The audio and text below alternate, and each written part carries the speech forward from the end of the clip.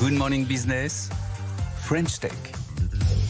On part dans l'espace. Moins de 3 ans après sa création, la start-up française MaiaSpace signe son premier contrat commercial avec Exotrail. Exotrail, spécialiste de la propulsion des satellites. On va tout vous détailler ce matin sur BFM Business et sur AMC Découverte à 8h22. Notre invité, c'est Yoann Leroy. Bonjour. Vous êtes le PDG de MaiaSpace. On rappelle votre boulot à vous. Ce sont les mini-lanceurs, une sorte de cargo spatial. Vous êtes une filiale d'Ariane Group. Avoir signé un contrat avec Exotrail qui, eux, font la propulsion de satellites, ça change quoi pour vous ?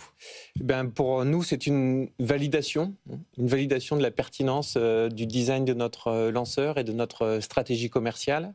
Et puis, j'y vois un signe très encourageant. Nous avons pas mal de discussions en cours avec d'autres clients.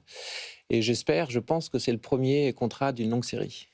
C'est vrai que c'est stratégique parce que en fait, vous allez être à tous les endroits de la chaîne de valeur de l'espace. Que vous faites en gros le lanceur, donc c'est un peu le gros camion de fret. Et puis ensuite, une fois arrivé dans l'espace, en fait, Exotrail va s'occuper lui de la livraison du dernier kilomètre, si on peut dire ça comme ça. Ils ont un van, un space van, ils appellent ça. Donc expliquez-nous un petit peu comment ça fonctionne. C'est-à-dire qu'ils vont acheminer le satellite à l'endroit précis où on a besoin de le mettre. C'est ça. Il y a une vraie complémentarité dans notre proposition de valeur. On est là pour apporter le Space Van sur une orbite standard en quelque sorte, et le Space Van lui aura la capacité d'aller déployer plein de petits satellites qui seront embarqués sur ce véhicule sur différentes orbites grâce à la propulsion électrique du Space Van. Quel type de satellite ? Alors ce serait à Jean-Luc Maria, le PDG d'Exotrail, de dire, mais ce sont typiquement des satellites de quelques kilos, de quelques dizaines de kilos qui peuvent être embarqués par le Space Van en question. Et vous savez déjà combien de satellites vous allez embarquer ? Où est-ce que vous allez les mettre ? Tout ça, c'est calé ? Nous, on a signé un contrat avec Exotrail qui comporte plusieurs options, et donc en fonction du type de client que Exotrail parviendra à sécuriser sur son Space Van, on pourra adapter la trajectoire de notre lanceur et le livrer sur la bonne orbite standard. Et la livraison, c'est quand votre objectif de lancer ? Pour le contrat avec Exotrail, 2027. Ah oui, donc c'est très bientôt. C'est très bientôt, ouais. Oui, et alors, on vous compare souvent à SpaceX parce que effectivement, vous faites des lanceurs qui sont réutilisables. Les images sont dingues d'ailleurs, on voit la fusée qui ratterrit. Est-ce que la comparaison, jusqu'où peut aller la comparaison ? Est-ce que vous avez est-ce que c'est déjà entièrement réutilisable ou est-ce que c'est juste une partie de la fusée ? Est-ce que ce sont des grosses fusées ? Dans quelle mesure la comparaison avec SpaceX est pertinente ? La comparaison technique est justifiée, c'est-à-dire les modalités suivant lesquelles on a prévu de récupérer une partie de notre lanceur, en l'occurrence le premier étage, est comparable à ce que fait SpaceX. Maintenant, il y a d'autres différences aussi. Le lanceur que nous développons, comme vous l'avez précisé, c'est un mini-lanceur. La performance de notre lanceur, au moins au départ, ne sera qu'une fraction de celle du lanceur de SpaceX, qu'une fraction du Falcon 9 et a fortiori du Starship, qui a encore une capacité supérieure à cela.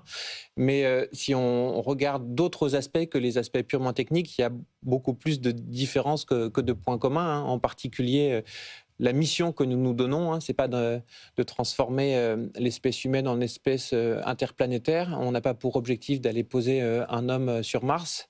On est là pour rendre possible des missions de satellites qui permettent de rendre la vie sur Terre meilleure. Alors, avec cette idée de mission, Elon Musk, il a aussi tiré, alors à grand coup de subvention évidemment américaine, l'ensemble du spatial américain. On reçoit sur ce plateau beaucoup d'entreprises du New Space. Il y a une concurrence européenne aussi aujourd'hui très forte. Est-ce que vous avez l'impression qu'on a largement changé dans l'écosystème européen, qu'on désormais on a pris une autre dynamique en quelques mois là, il s'est passé quand même beaucoup de choses dans le spatial. Oui, et puis objectivement le marché est en plein essor.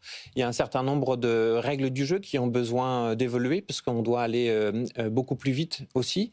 Et c'est notre mission d'inventer le lanceur de demain, celui qui permettra à l'Europe de conserver son indépendance en matière d'accès à l'espace. Mais c'est intéressant ce que vous disiez en termes de différence différence philosophique avec SpaceX. Vous dites, nous, on n'a pas vocation à faire de l'humain une espèce multiplanétaire. En gros, votre objectif, c'est pas la conquête spatiale, c'est vraiment juste, c'est déjà énorme, hein, je dis pas, mais d'aller mettre des satellites en orbite. Mais pour le reste, vous laissez ça aux Américains. C'est pas quelque chose qui est intéressant philosophiquement? Alors, c'est pas MySpace personnellement. Enfin, je dis pas que l'Europe laisse ça aux Américains, mais en tout cas, c'est pas la mission que nous nous sommes donnée chez MySpace.